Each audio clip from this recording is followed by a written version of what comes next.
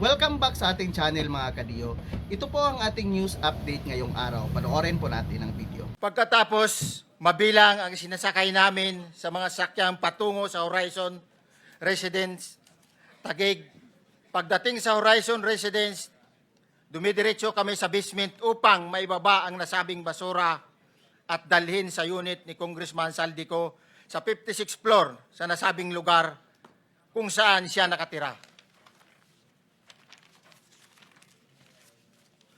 Bago ibaba ang nasabing basura, ito ay bawas na.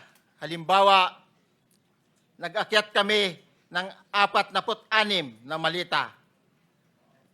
Ibababa lamang namin ay 35 malita para i-deliver sa bahay ni House Speaker Martin Romualdez sa 42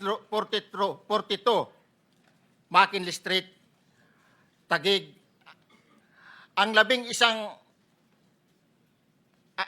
isang malita ay naiwan sa taas ng 56th floor sa Horizon Residence. Humigit kumulang 3 beses ako mismo ang nag-deliver ng basura sa bahay ni Congressman Saldico sa Horizon Residence at sa mga bahay ni Speaker Romualdez sa 42 McKinley Street, Taguig. Mas maraming pagkakataon na nagde-deliver kami ng basura sa bahay ni Speaker Romualdez at sa bahay ni Congressman Saldico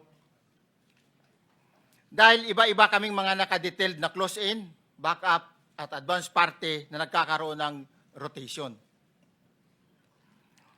Sa huli, ako po ay nagnanais na mapasailalim sa Witness Protection Program. Ito lang po ang ating news update ngayon mga kadiyo. And please comment down below kung ano ang masasabi nyo sa video na ito.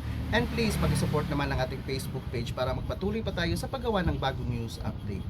Maraming salamat po at magandang araw.